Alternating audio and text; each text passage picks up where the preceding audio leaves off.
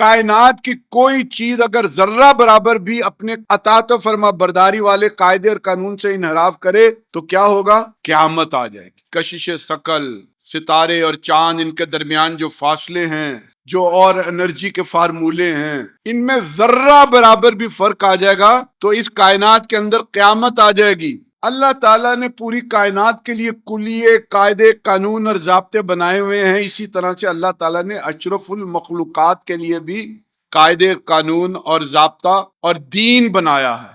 لیکن اس اشرف المخلوق کو اللہ تعالیٰ نے اجازت دے دی کہ تم انحراف کر سکتے ہو، تم اگر اپنے دین سے اپنے ضابطے سے انحراف کرو گے تو قیامت تو نہیں آئے گی، لیکن ایک دن تمہیں قیامت کا سامنا کرنا پڑے گا۔ وقتی اور فوری طور پہ قیامت نہیں آتی، وہ بڑا بھاری دن ہوگا۔ اس دن طے ہو جائے گا کہ جس نے انحراف کیا ہمیشہ کے لیے جہنم، اور جس نے قاعدے اور قانون کے مطابق کیا تو اس نے جنت جو ہے وہ ہمیشہ کے لیے ہو جائے گی۔ یہ قاعدے اور قانون اسلام ہے، اطاعت و فرما برداری والے قاعدے اور قانون۔ یاد رکھیے، اللہ کو ماننا، رسول کو ماننا، قرآن کو ماننا، یہ ایمان ہے۔ دل میں ایک آپ نے بیج پیدا کر لیا۔ جماعت اسلامی کہتی ہے کہ یہ بیج کافی نہیں ہے، یہ تو ابتدا ہے، یہ ایمان ہے۔ اسلام کیا ہے؟ اسلام یہ ہے جو اللہ کو مانتا ہے وہ اللہ کی ماننا شروع ہو جائے، جو رسول کو مانتا ہے وہ رسول کی ماننا شروع ہو جائے، جو قرآن کو مانتا ہے وہ قرآن کی ماننا شروع ہو جائے، تو تب ہے اسلام۔